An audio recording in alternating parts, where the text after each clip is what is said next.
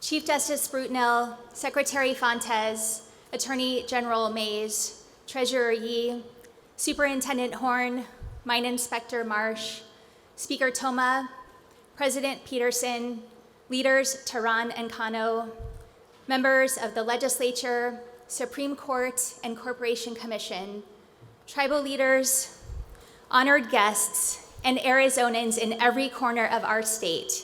It is an honor to join you here today. We gather every year for this annual tradition, but before we begin, I want to take a moment of personal privilege to honor a man who lived his life in this state in service to this state. Mel Hanna, who served as the chair of the Secretary of State's Community Advisory Council during my tenure and a member of the Commission of African American Affairs, passed away last night. His family and friends are in my heart and prayers today. And in the spirit of service that he embodied, let's begin to have candid discussions about the issues facing our state and how we can work together to ensure a better future for every family and community. We are all here because we care deeply about Arizona, its natural beauty, its abundant opportunities, and most of all, its resilient, diverse, and incredible people.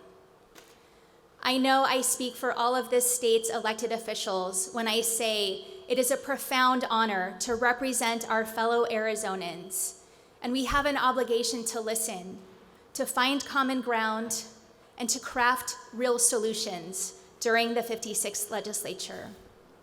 As a former member of both the House of Representatives and the Senate, I have a deep respect for each of you answering the call of public service. I know that clarity and understanding of the top priorities of my administration will help you make the most of your time during this session. So let me begin my first State of the State by repeating something from my inaugural address last week. If you're ready to make real progress on the issues that matter most to the people of this state, then my door will always be open. However, chasing conspiracy theories, pushing agendas for special interests, attacking the rights of your fellow Arizonans, or seeking to further undermine our democracy will lead nowhere.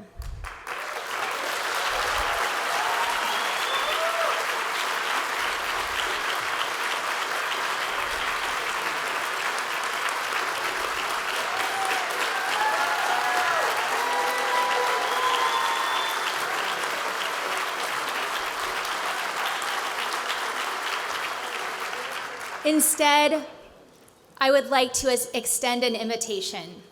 Let's work together to make a significant impact in the lives of the families and communities of this state today and for years to come by lowering costs, investing in public education, securing our water future, tackling the affordable housing crisis, and other real issues that are holding back too many. The people of Arizona have sent us here to find solutions to these issues, and that's exactly what my administration will be focused on doing for the next 4 years.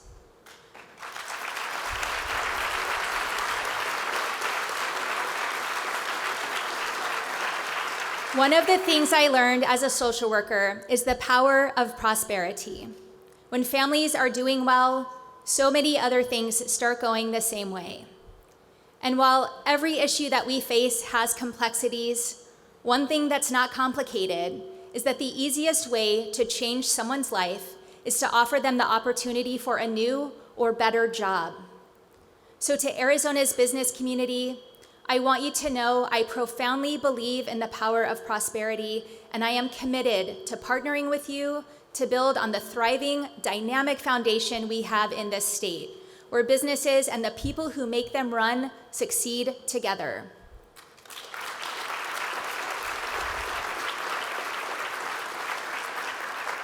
To Arizona's educators, parents, and students, you know better than anyone that education must be the top issue we tackle.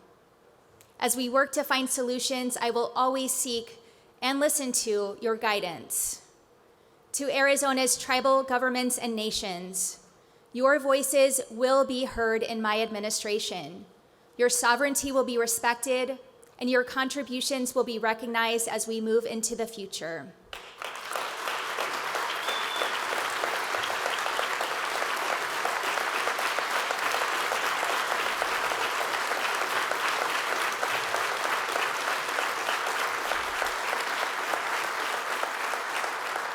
To all of Arizona's diverse, vibrant, and strong communities, from Page to Patagonia, you have built our state into the incredible place it is today. As we go forward into the future, it will take all of us, to maintain our strength, fix our deficiencies, and blaze new trails for the generations that follow.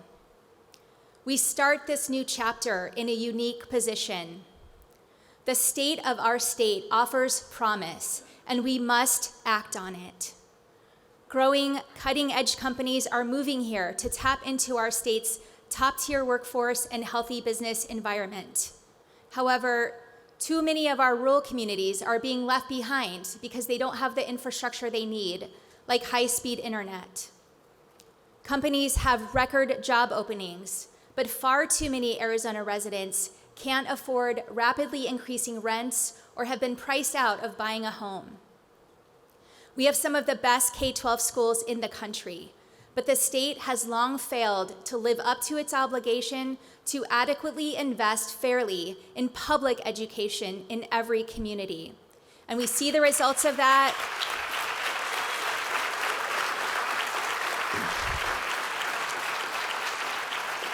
We see the results of that failure with high teacher vacancy rates and some districts with crumbling infrastructure. Arizona has stunning landscapes and unrivaled natural beauty. However, we must do more to protect our forests and watersheds from the devastating effects of fire and drought.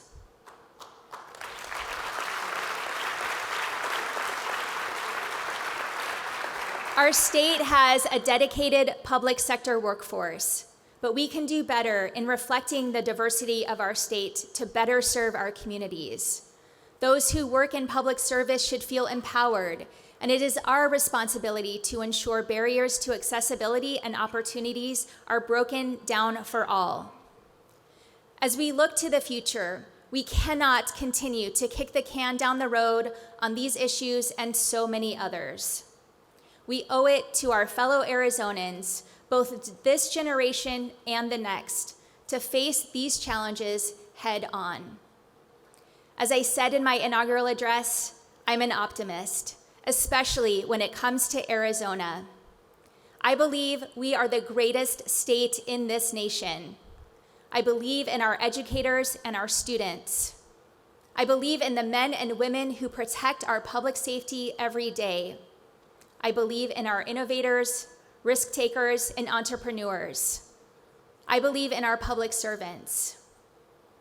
I believe in the future of our incredible state, and I know you do too. In the late Governor Rose Mofford's 1989 State of the State address, she spoke about difficult choices as she challenged the legislature to do the right thing, funding elementary and high school education, supporting our state's healthcare system access, and other critical challenges of her time. No one should be surprised that Governor Mofford fought for the right thing and chose not to back down from those challenges. She had a deep understanding of what the people of Arizona wanted and what they needed. As a Democratic governor working with Republican lawmakers, she knew when to find bipartisan compromise and when to stand firm in her beliefs. As we begin to write this new chapter for the state we all love, I ask that we all take inspiration from Governor Mofford's actions and look toward the future, to the partnerships we will forge, to the challenges we will overcome together, to the good we will do for our fellow Arizonans. My hope is that when you leave here today, you understand that I and my administration are committed to action and to improving the lives of every Arizonan.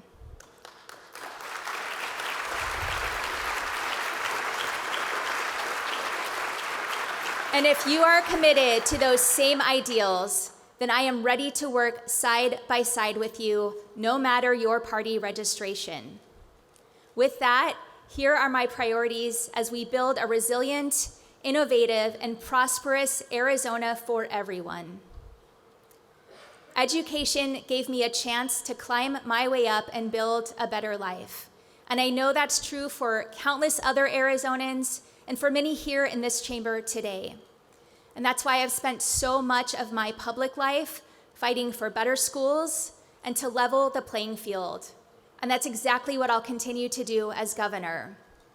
However, before we talk about steps we'll take to improve K-12 education going forward, we must first address the potential catastrophe that will happen in just a few months if the legislature does not act to address the archaic funding cap, officially known as the aggregate expenditure limit, by March 1st. As part of last year's budget negotiations, a promise was made that a special session would be called to override this limit that's based on an out-of-date 40-year-old funding formula that's holding our public schools hostage. That promise was not kept. We must make this right. If we do not, this ticking time bomb will explode and force a $1.3 billion cut that would be one of the largest in our state's history. And it will happen in the last 2 months of the school year. Superintendents and education leaders are warning this will cause furloughs, layoffs, and possibly even school closures. It is unnecessary to allow these hysterics to go on any longer. Let's give our students, our teachers, and our parents the assurance that schools will remain open.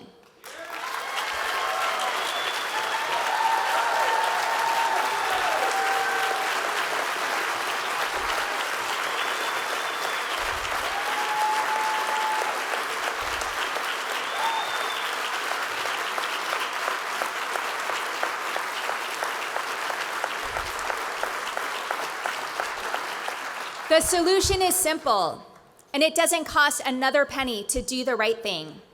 Representative David Cook has already introduced a resolution to override this outdated limit. This legislature should bring it to the floor. The Democrats in both chambers are ready to act on this immediately.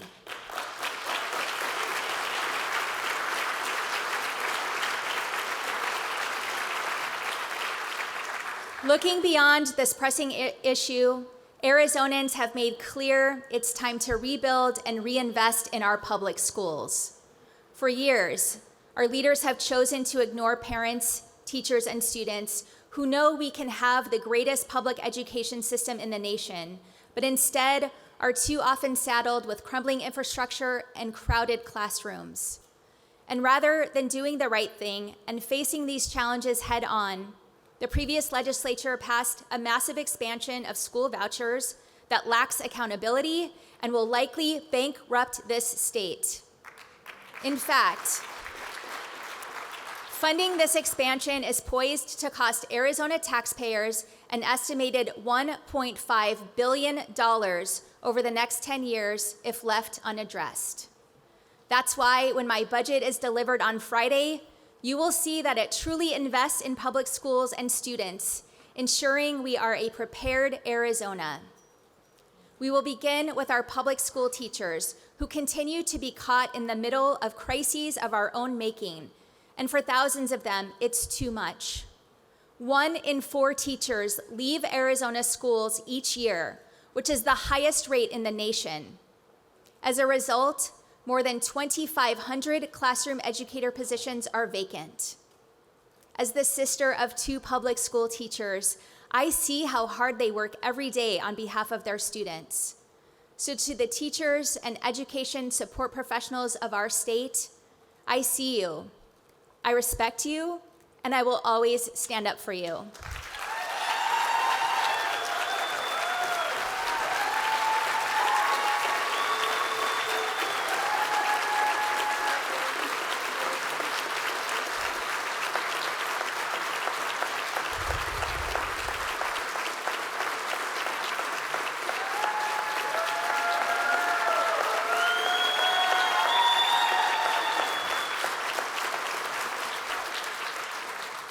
To the members of this legislature, I hope we can all agree that when we keep the most talented teachers in the classroom, our kids win, our families win, and our communities win.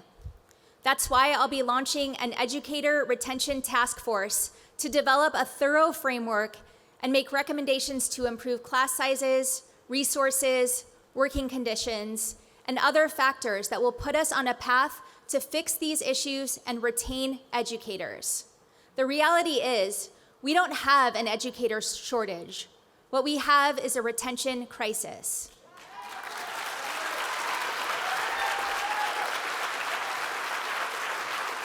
There are too many amazing professionals who have walked away from the career they love because of the uncompetitive salaries, onerous policies, and unfunded mandates this state has chosen to implement that rob educators of the joy of teaching. Teachers are creating the workforce and leaders of tomorrow, and it's time we started treating them with the respect they deserve.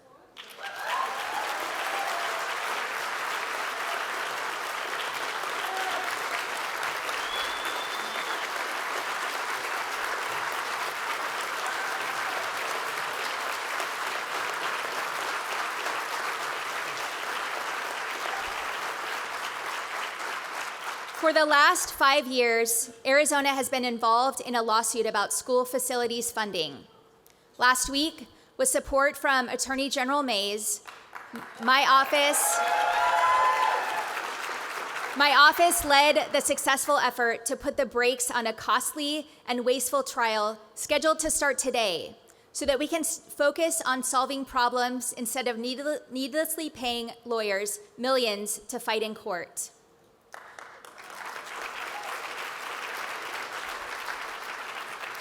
With the release of my budget on Friday, you will see historic investment in schools to address capital needs, and my office will keep working to ensure Arizona's children and teachers can learn and work in safe and secure school buildings.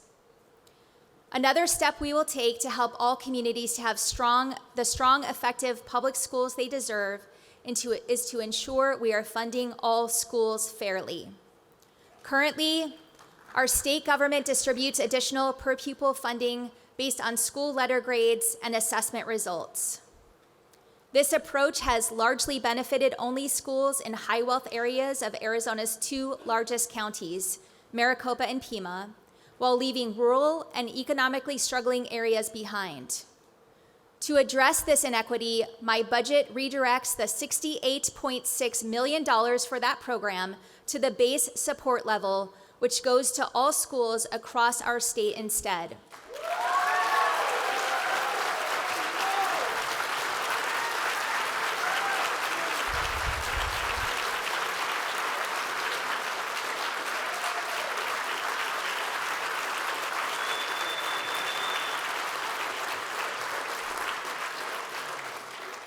Let me go on the record to say that any school that accepts taxpayer dollars should have to abide by the same accountability standards that all district schools do.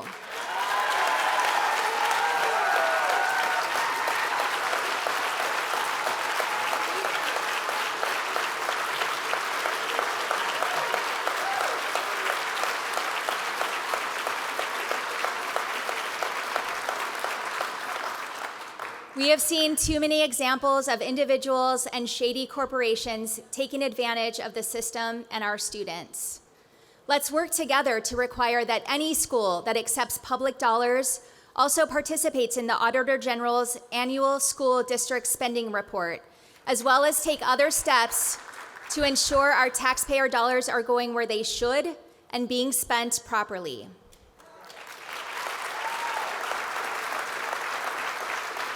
Beyond this work to ensure transparency for how taxpayer funds are spent, there are other direct actions to support our schools and students. We need to prioritize hiring social workers and counselors for our schools to address the mental health crisis among children and teens. Currently, each counselor in an Arizona school provides services for more than 700 kids on average. That is the highest ratio in the nation and nearly 3 times the recommended standard. That's unacceptable, and we must do better.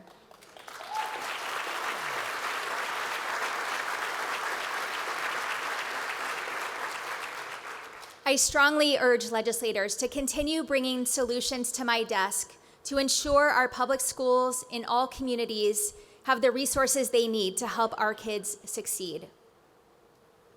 Let us now turn our attention to opportunities for our state's next generation after they graduate high school, where my administration will work to help create access to a wide range of education opportunities as they embark on the next chapter of their lives.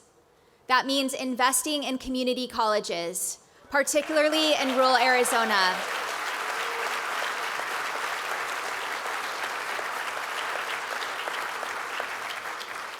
As well as dual enrollment programs statewide. So no matter where a young adult lives, they have the opportunity to earn college credit or get a good paying job.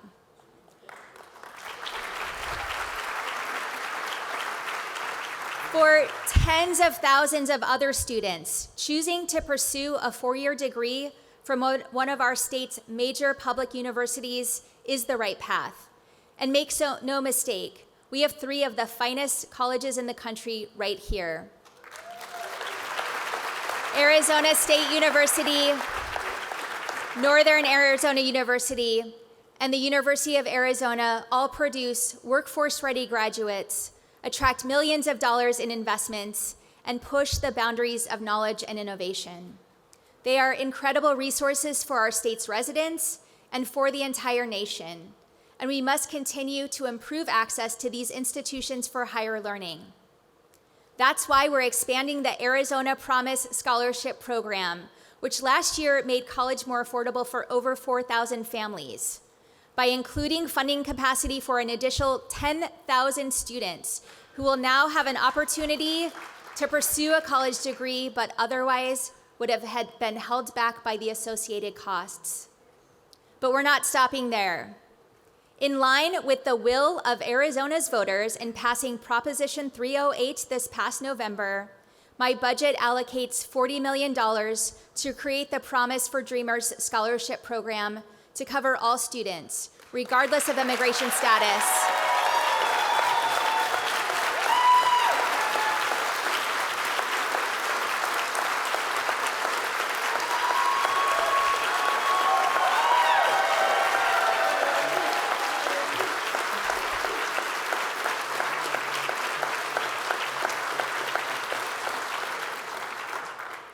My administration is ready and willing to work with any member of this legislature to find additional solutions.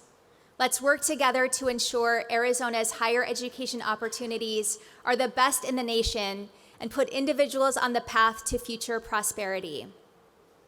As we all know, we have so many reasons to be proud of Arizona.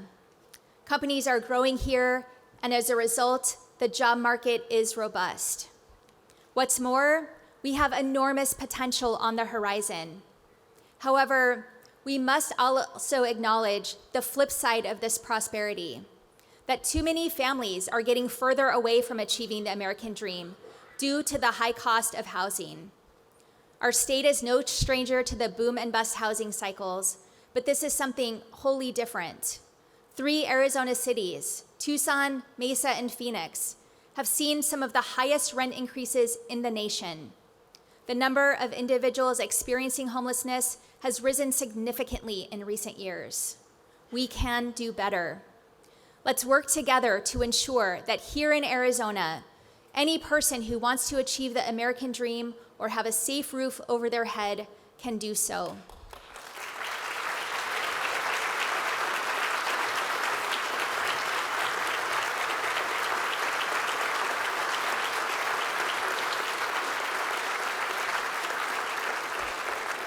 My administration's first step will be to support a $150 million investment into the Housing Trust Fund this year, and I will call for additional support in the years ahead.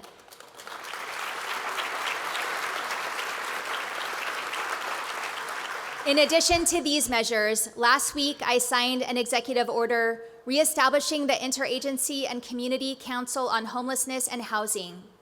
This council will help coordinate and foster collaboration among state and local agencies, the private sector, and nonprofits to help identify solutions for individuals and families experiencing homelessness or struggling with housing affordability. Beyond housing, our efforts to support individuals and families must address the rising costs of everyday items and services. Even as our state continues to be an incredible place to live and work, we can do more to help our fellow Arizonans get ahead. That's why my budget sets aside $50 million for a state-level child tax credit for families earning less than $40,000 a year to help pay for the rising costs of basic necessities for their children.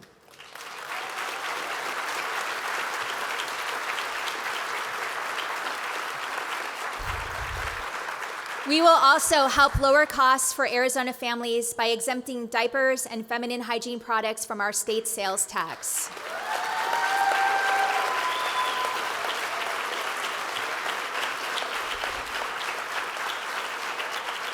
These everyday items add up, and we can and should help provide this relief to individuals and families who too often must choose between paying their bills or paying for the things they need to be healthy. But this should only be the start. My administration is ready and willing to work with you, and my door will always be open to any member who brings forward a serious proposal to help Arizona families, seniors, and communities. Let's work together to find ways to lower costs and help every community across our great state thrive economically.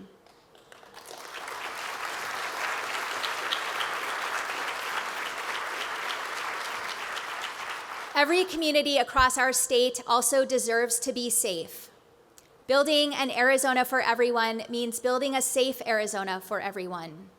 This obligation extends to our border, our broken immigration system, and the communities across the state who continue to bear the brunt of Washington's decades of failure on this critical issue. Unfortunately, immigration has been politicized for far too long. Arizona voters told us in November they don't want or need political stunts designed solely to garner sensationalist TV coverage and generate social media posts.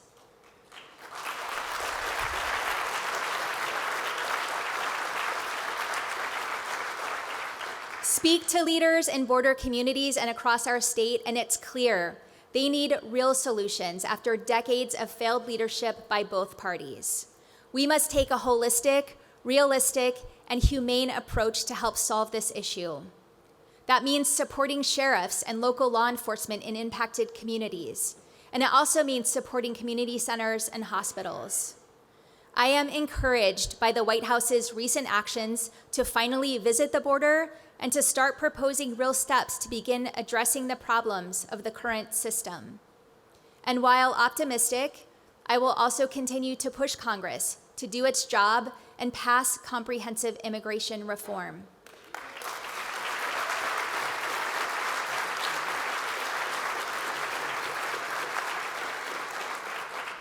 Visit border communities and speak with local leaders and law enforcement like I and many others here have done, and you'll come away with a broader understanding of the complexities of this issue and the urgent need to institute solutions.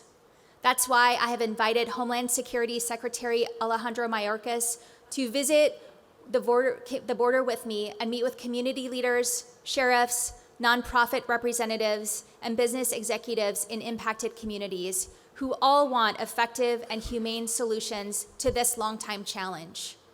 I look forward to working with law enforcement, nonprofits, and community leaders throughout my time in office to identify real solutions, hold the federal government accountable, and create a safe Arizona for all its residents.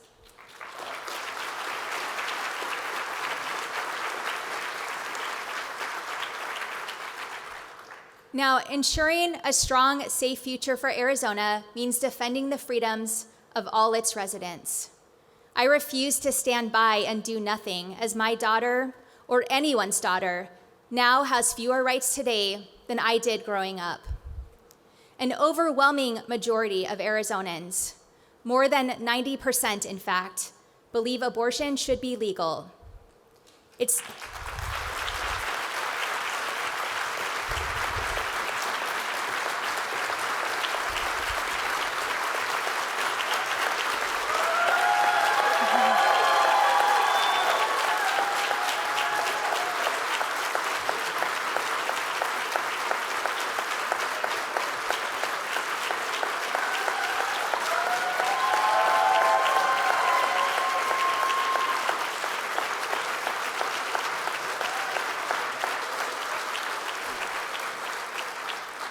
It's time we all heed the message of the people of this state and meet this moment to ensure that we can always make our own healthcare decisions.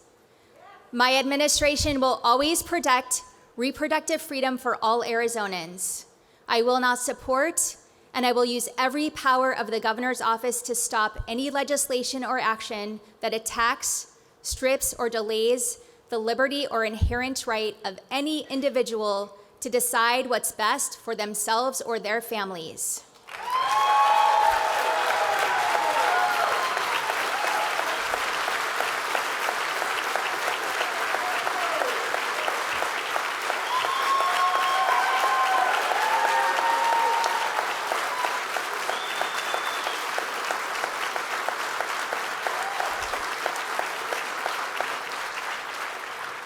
My budget will also match the federal Title X money our state receives to provide reproductive health services and family planning medication, bringing our total to more than $12 million.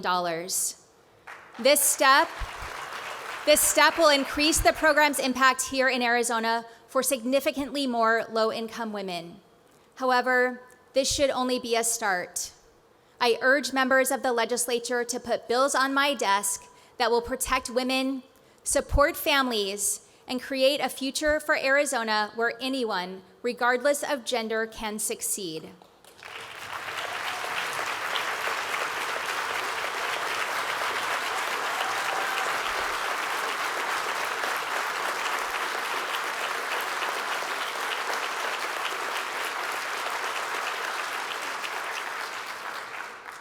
Finally, none of the solutions or even the future I've spoken about today will be possible without our state's most precious resource, water. We must talk about the challenge of our time. Arizona's decades-long drought over overusage of the Colorado River and the combined ramifications on our water supply, our forests, and our communities. We are in a critical moment where we must be unified, where we must form new and stronger partnerships, and where we must find bipartisan solutions at a local, statewide, and national level. This issue does not stop at state or international borders. We will all thrive together in the future, or we will all be left with the catastrophic results of our failures. From the work our current Senators Sinema and Kelly are leading, to the accomplishments of former Senator John Kyle and former Governor Bruce Babbitt, to decades of efforts by Arizonans before them, our state's leaders are at their best when they reach across the aisle for pragmatic solutions on this issue.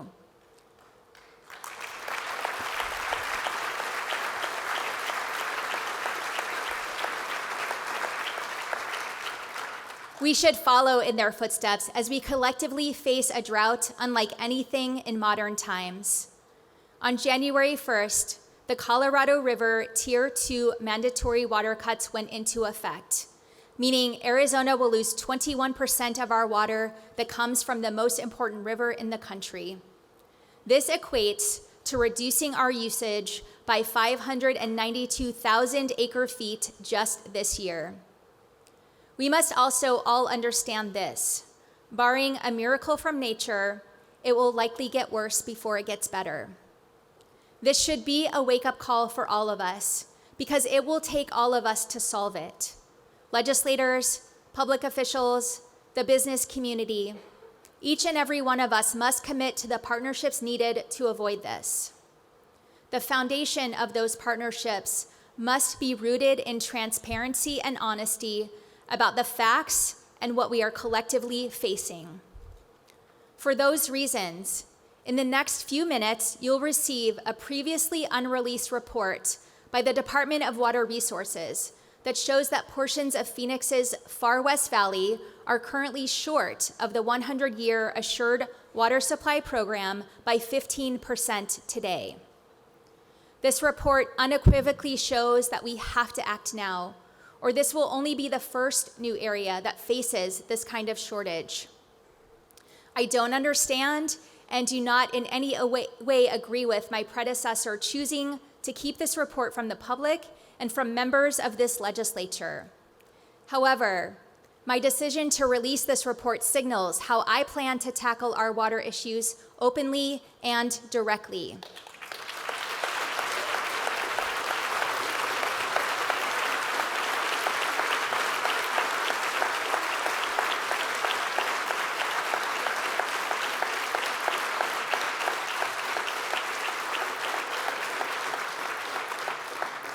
Experts here in Arizona and across the nation agree there is no silver bullet solution to our current water challenges. We must evaluate and invest in both short and long-term efforts that will help us achieve our goals. This reality drives the three components of my plan for a resilient Arizona. First, my administration has heard loud and clear that reestablishing the Governor's Energy Office is a priority for communities across the state. In response, we will relaunch this entity as the Governor's Office of Resiliency, which will focus on water, energy, and land use solutions. This office will help coordinate efforts with the many departments, tribal governments, universities, organizations, and others involved in this effort. Arizona needs partnerships on a local, state, regional, and national level, and I intend to put us in the best position to do so. Next, my administration will issue an executive order to launch the Governor's Water Policy Council to modernize and expand the Arizona Groundwater Management Act.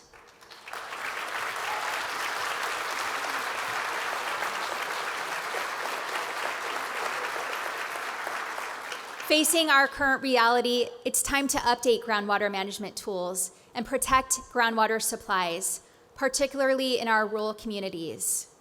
We must take these actions today because in many parts of our state, there are effectively no restrictions on groundwater pumping, and local communities have little to no support to manage water supplies.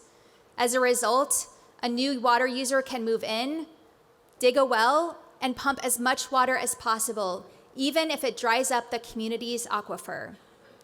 This is why you see a Saudi Arabian conglomerate pumping local groundwater nearly unchecked in La Paz County today to grow water-intensive crops and send them to the other side of the planet. We all know that's not right. Our groundwater should be used to support Arizonans, not foreign business interests.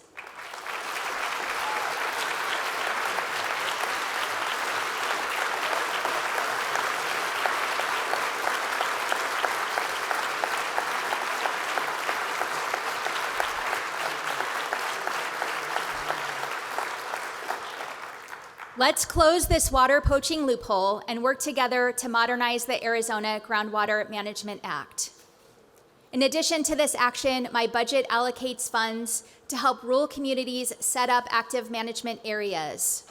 All cities and towns in our state need to proactively manage our groundwater, and by funding this program, we're providing a powerful tool to ensure we strike a balance between usage and recharging our water table.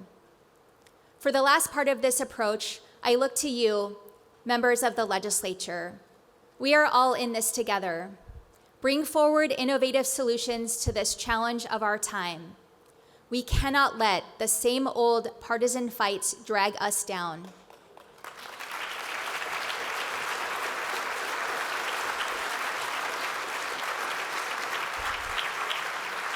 My administration is ready and willing to work with you, and we will always do what's best for Arizona and its people.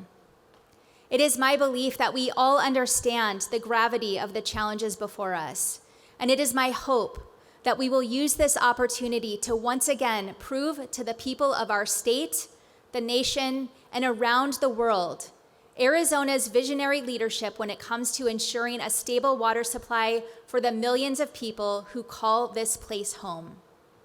These challenges will not be easy, nor will the other issues we need to confront, including fixing prisons, improving accessibility for all Arizonans, lowering childcare costs, supporting veterans, protecting older and vulnerable Arizonans, and so much more.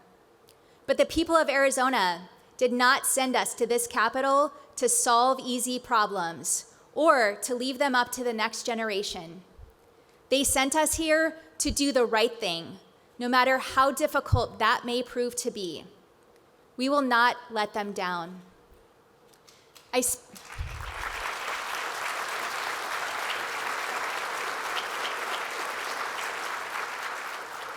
spoke earlier in these remarks about Governor Mofford and how she challenged lawmakers to choose action to solve the challenges of their time.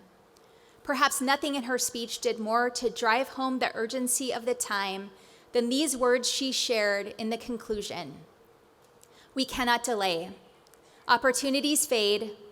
Arizona's future hangs in the balance. I say to you, join with me in making these difficult decisions, and together we will journey towards the next frontier. They did just that, and together they put Arizona on a path to prosperity and improved the lives of millions of families. It is my sincere hope that we can do the same at this moment more than 30 years later. In the days, months, and years ahead of all-night budget negotiations, marathon voting sessions, and seemingly impassable disagreements, let us never forget that we all hold a deep love for this state. We are here because we want to ensure the generations that follow have a chance to also discover that love.